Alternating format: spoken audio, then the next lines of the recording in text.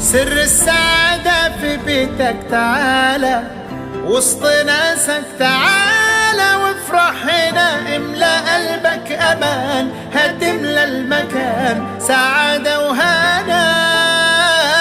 السعادة في ايديك هتلاقيها لما تقدر تسيب تأثير كبير، فرحة متبسمة ومتقسمة على قلوب كتير، على